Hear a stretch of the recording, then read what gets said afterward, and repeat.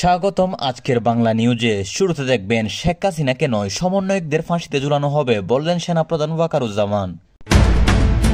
এনসিপিকে নিষিদ্ধ করা হবে বললেন রাষ্ট্রপতি শাহাবুদ্দিন চুপ্পু।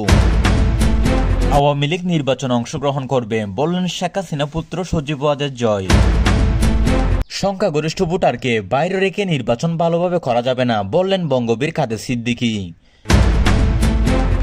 বিভ্রান্তি, হতাশা, অনিশ্চয়তার মাঝেও নির্বাচন সম্ভাবনা দেখা যাচ্ছে বললেন মির্জা ফখরুল।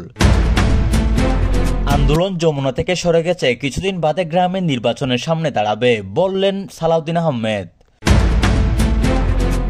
এবং সর্বশেষে দেখবেন ধানমন্ডিতে 2 লক্ষ আওয়ামী লীগ কর্মী প্রস্তুত। এতক্ষণ শুনলেন সংবাদ শিরোনাম, এবার দেখবেন বিস্তারিত। বাংলাদেশের সংখ্যাগরিষ্ঠ ভোটারকে বাইরে রেখে নির্বাচন ভালোভাবে করা যাবে না বলে মনে করছেন কৃষক শ্রমিক জনতা লীগের সভাপতি বঙ্গবীর কাদের সিদ্দিকী। নির্বাচন কমিশনের উদ্দেশ্যে কাদের সিদ্দিকী বলেন, বাংলাদেশের সংখ্যাগরিষ্ঠ ভোটারকে বাইরে রেখে আপনারা নির্বাচন করতে গেলে সেই নির্বাচন ভালোভাবে করতে পারবেন না। ভোটার যাতে অংশগ্রহণ করতে পারে সেজন্য আপনাদের আপ্রাণ চেষ্টা করতে হবে। আগামী ত্রয়োদশ জাতীয় সংসদ নির্বাচন উপলক্ষে আজ রোববার নিবন্ধিত রাজনৈতিক দলের সঙ্গে নির্বাচন কমিশনের ইসি সংলাপে দ্বিতীয় পর্বের আলোচনার অংশ নিয়ে কাদের সিদ্দিকী এ কথা বলেন। রাজধানীর আগারগাঁওয়ে নির্বাচন ভবনে ইসি আয়োজিত সংলাপে প্রধান নির্বাচন কমিশনার এম নাসির উদ্দিন ছাড়াও 3 জন নির্বাচন কমিশনার এবং 5টি দলের প্রতিনিধিরা উপস্থিত ছিলেন। আলোচনায় কাদের সিদ্দিকী বলেন, প্রবীণ নাগরিক হিসাবে এবং একজন মুক্তিযোদ্ধা হিসাবে আমি আপনাদের পরামর্শ দিয়ে যেতে চাই, বাংলাদেশের সংখ্যাগরিষ্ঠ ভোটারকে বাইরে রেখে আপনার নির্বাচন করতে গেলে সে নির্বাচন ভালোভাবে করতে পারবেন না।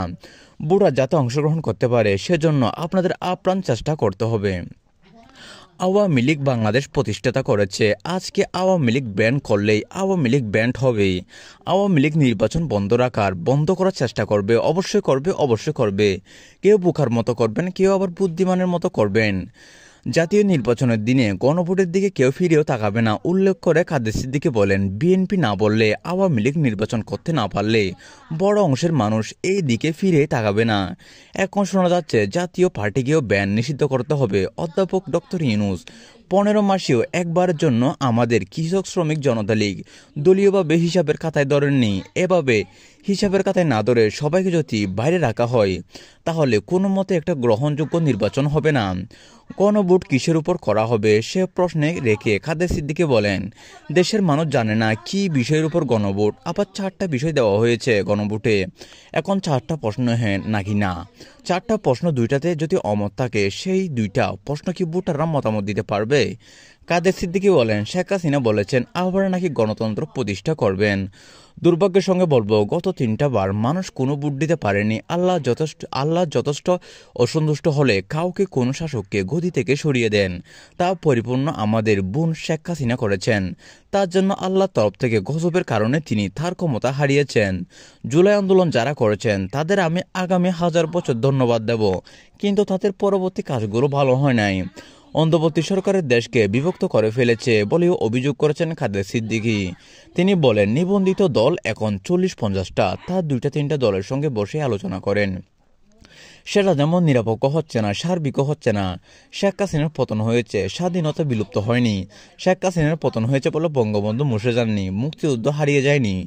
জয় বাংলা বলে যে দেশকে আমাদের স্বাধীন করেছি, আপনারা জয় বাংলা পছন্দ নাও হতে পারে, কিন্তু সে জয় বাংলা বলার জন্য আপনি জেলখানায় নেবেন।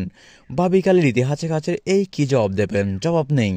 13ই নভেম্বর কার্যক্রম নিষিদ্ধ আওয়ামী লীগের ডাকা লকডাউন কর্মসূচির সমালোচনা করে কাদের সিদ্দিকী বলেন, লকডাউন কোনো রাজনৈতিক দলের ভাষা নয়। এদিকে বিভ্রান্তি, হতাশা, অনিশ্চয়তার মধ্যেও জাতীয় নির্বাচন হবার একটি সম্ভাবনা এখন তৈরি হয়েছে বলে মন্তব্য করেছেন বিএনপির মহাসচিব মির্জা ফখরুল ইসলাম আলমগীর। এ প্রসঙ্গে তিনি বললেন, 2024 সালের ফেব্রুয়ারিতে নির্বাচন অনুষ্ঠানের সম্ভাবনা দেখা দিয়েছে, কিন্তু একটি মহল পরিকল্পিতভাবে দেশের অনিশ্চয়তা সৃষ্টি করতে চাইছে। আজ রোববার দুপুরে রাজধানীর জাতীয় প্রেস ক্লাবে আয়োজিত এক আলোচনা সভায় প্রধান অতিথির বক্তব্যে এ কথা বলেন মির্জা ফখরুল ইসলাম আলমগীর। মুসলিম জননেতা মাওলানা আব্দুল হামিদ খান ভাসানীর 49তম মৃত্যুবার্ষিকী উপলক্ষে এই আলোচনা সভায় আয়োজন করা হয়। আয়োজকে বিএনপি কমিটি গঠিত মাওলানা ভাসানীর মৃত্যুবার্ষিকী পালন জাতীয় কমিটি। সবাই মির্জা ফখরুল বলেন, যাই হোক, অনেক বিভ্রান্তি, অনেক হতাশা, অনিশ্চয়তার মধ্যে দিয়েও কিন্তু এই নির্বাচন এখন একটা সম্ভাবনা দেখা দিয়েছে যে 2024 সালের ফেব্রুয়ারি মাসে এই নির্বাচন হবে। এখানে কিছু গোষ্ঠী, কিছু মহল আজ পরিকল্পিতভাবে বাংলাদেশে একটি অনিশ্চয়তা সৃষ্টি করতে চায়। তারা বিভিন্ন রকম দাবি তুলছে, নির্বাচনকে ব্যাহত, বন্ধ, অবলম্বিত এবং বিলম্বিত করতে চায়। কিন্তু এই দেশের মানুষ এখন সবচেয়ে প্রয়োজন হলো একটা নির্বাচিত সরকার, যার পিছনে জনগণ থাকবে। কাল বিলম্ব না করে নির্বাচন প্রক্রিয়াকে সমর্থন জানিয়ে জনপ্রতিনিধি নির্বাচিত করার সুযোগ সৃষ্টি করে দেওয়ার জন্য রাজনৈতিক দলগুলোর প্রতি আহ্বান জানান মির্জা ফখরুল। দেশের অর্থনীতির অবস্থা দিন দিন খারাপ হচ্ছে বলে মন্তব্য করেন বিএনপির মহাসচিব মির্জা ফখরুল। এ প্রসঙ্গে তিনি বলেন, নির্বাচিত সরকার না থাকলে অর্থনীতির ব্যবস্থা আরও খারাপ হবে। আইনশৃঙ্খলা পরিস্থিতি নির্বাচিত সরকার না থাকলে খুবই খারাপ হবে। মির্জা ফখরুল বলেন, আগামীকাল সোমবার ফ্যাসিস্ট হাসিনার গণহত্যার রায়কে কেন্দ্র করে একটি মহল দেশের নৈরাজ্য সৃষ্টি করার জন্য পায়তারা করবে।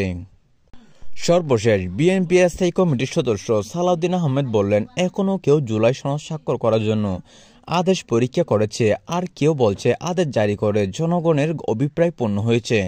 কিন্তু গণভোটের বিষয়ে তাদের কথা আছে। আর সোমবার দুপুরে ঢাকা বিশ্ববিদ্যালয়ের নবাব নওয়াব আলী চৌধুরী সিনেট ভবনে এক সেমিনার প্রধান অতিথি বক্তব্যে সালাউদ্দিন আহমেদ এ কথা বলেন। বাংলাদেশের ভবিষ্যতের শিক্ষা রূপান্তর, একটি কৌশলগত রুটম্যাপ শীর্ষক এই সেমিনারের আয়োজন করে ঢাকা বিশ্ববিদ্যালয়ের বিএনপিপন্থী শিক্ষকদের সংগঠনের সাদা দল।